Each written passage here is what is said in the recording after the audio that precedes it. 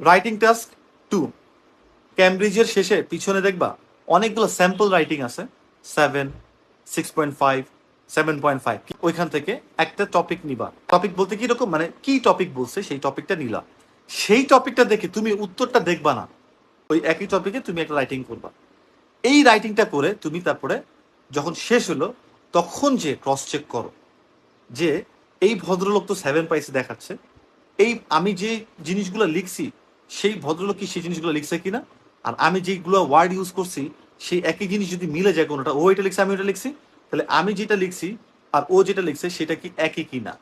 ও ওই ওয়ার্ডটা ওই কথাটা একই কথা লিখছে কিন্তু ওই ওয়ার্ডটা ও কি ওয়ার্ড দিয়ে লিখলো আর আমি কেন ওই ওয়ার্ড লিখলাম, এই জিনিসটা আমাদের করতে হবে এবং শিখে ডেভেলপটা করতে হবে রাইটিং টাস্ক 2 এর জন্য। রাইটিং টাস্ক 1 ও সেম জিনিস, যে ও এই সেন্টেন্সটাকে এই প্যাটার্নে লিখছে আমি কেন এই সেন্টেন্সটাকে এই প্যাটার্নে লিখছি। সো এই জিনিসটা খুবই ইম্পর্টেন্ট রাইটিং টেস্ট এর জন্য। এইভাবে করে আমরা রাইটিং টেস্টটাকে অনেক বেশি ইমপ্রুভ করতে পারি। ও এখানে 3টা কারণ দিল আমি কেন, এই ক্রস চেকটা ব্যাক ক্যালকুলেশন যেটাকে আমি বলি এটা করতে হবে, এটা মাথায় রাখতে হবে, এটা করতে হবে, রাইটিং এর জন্য খুবই ইম্পর্টেন্ট।